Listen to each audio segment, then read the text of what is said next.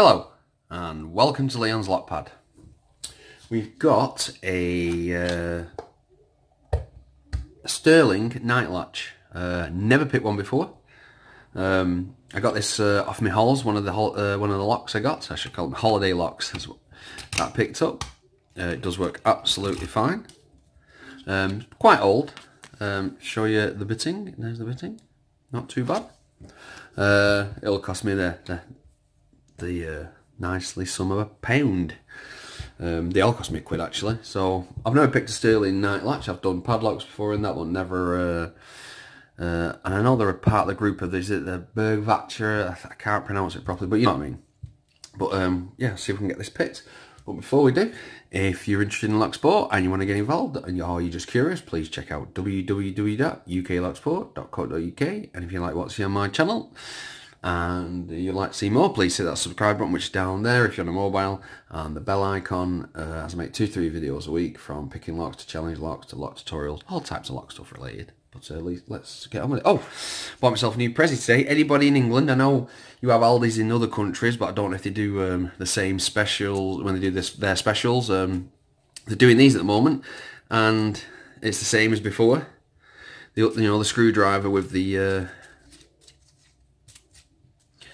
extra bits inside. But this one comes with, which is I found very cool. It comes with a light in the end. So when you got your screwdriver bit in the end and you getting in there, it lights it up as well. So £1.99, absolute bargain. So anybody near an Aldi's who's into picking and that, go and get yourself a bargain. Good little piece of kit for a couple of £. Right, let's get this picked. And I've got something else, an update on the mul-t-lock padlock that I got from Lock Noob. There we go. I'm going to use a homemade tension wrench and a deep hook from Trekmaster 30.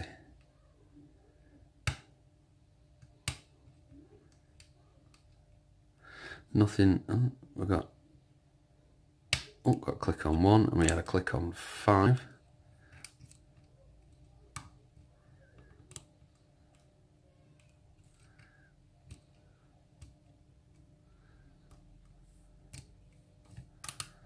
Go for a reset.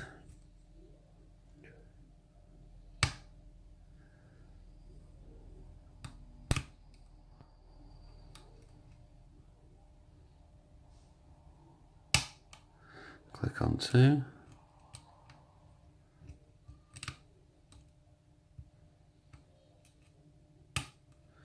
Click on 3.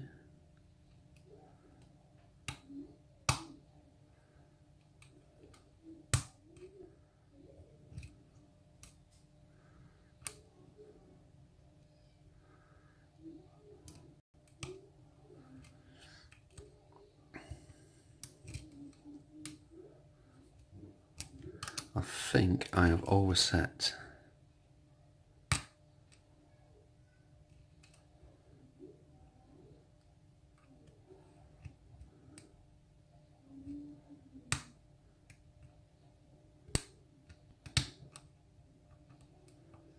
There we go. Let's have a look.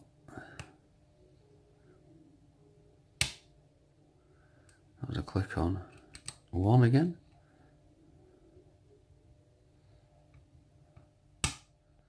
Click on 3.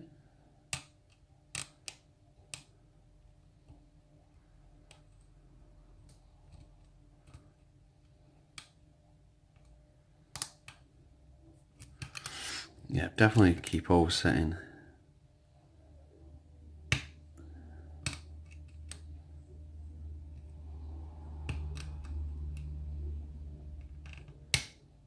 There we go. Click on 1. Let's start it back again. 5 is fine. That was 4.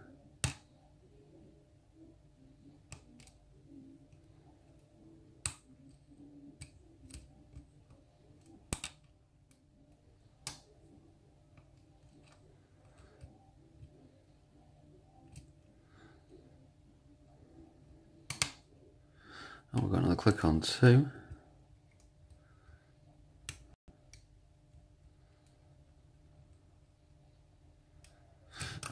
reset. I believe it's all standard, this.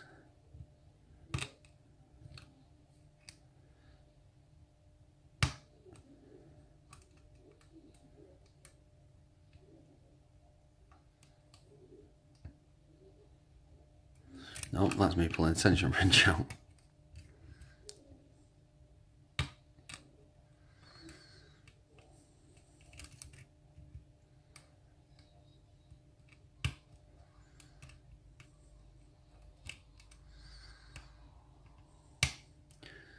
There we go, we'll click off 1, click off 3.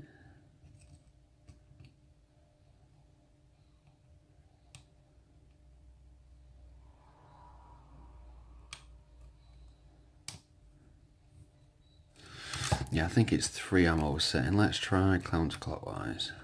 Clockwise, sorry.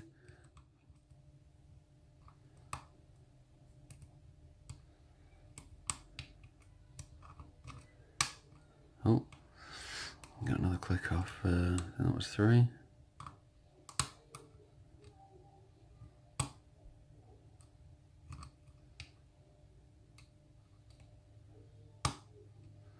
That was a click off 1. Oh, and we're open. There we go. It was on number 3. Right, so we can lock it back up because we have the key. Oh, I'm not prepared. Let's get the tools out. There we go. Sorry about that. I completely forgot for some reason. As I say, this is a thick one, this one. But there we go. We're off. Let's get this pinning tray up front.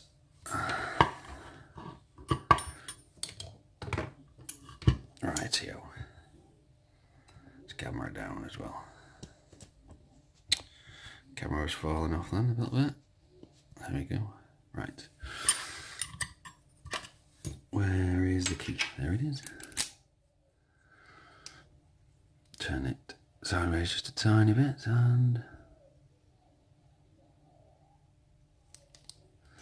there we go, we're through. Let's have a look. And there we go, there was number 3. Causing me to overset. The same as the challenge lock I did the other day, actually, with the overset on number 3. We're all got standard key pins, which I assumed we would.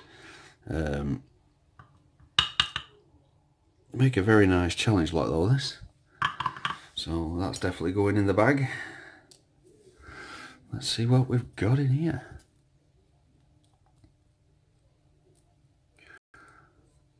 Standard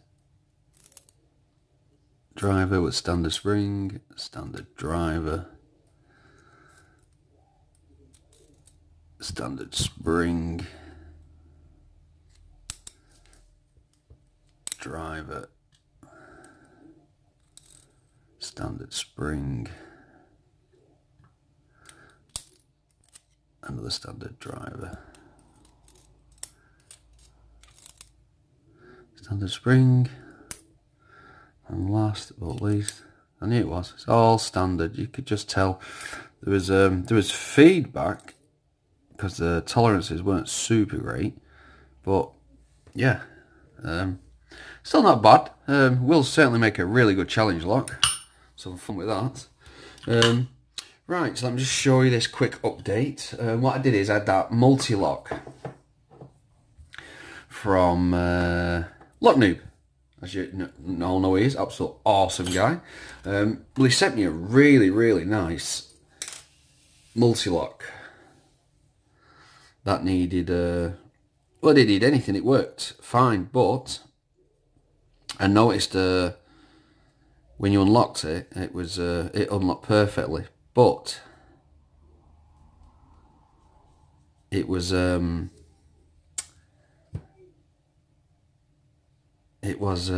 really grubby inside and really oily, so I decided to completely strip it and find out what was wrong with it. And here it is. So what I did is show you it's in pieces. These are all the pins. You got your drivers, you got your key pins. These are all the springs. These have been cleaned up at the moment, but let me show you the rest. So let me just put the camera there so we've got some light. There's the body. I put it in white vinegar for about a week, and as you can see, took all the rust off. Came up really nice. Same with the shackle. The shackle was rusty and corroded. It's really brought that up nice. And there's the cover, all nice and cleaned. And the locking parts though, this lock has had a hard life. Let me get this torch to show you. Yeah, can you see it? The locking part has it's really worn down. It's had a good life. It's definitely had a good life and needed retiring. There we go. See it on that. But that side's the worst. Really been worn down on them locking paws. But besides that, it's a really good lock, and I'm glad I cleaned it up. There's your main body where your core slides in. It's all nice and cleaned up again now. I'm going to get it all back together, and then I can hopefully get it picked. Never picked a multi-lock before, not of this type, so should be really interesting.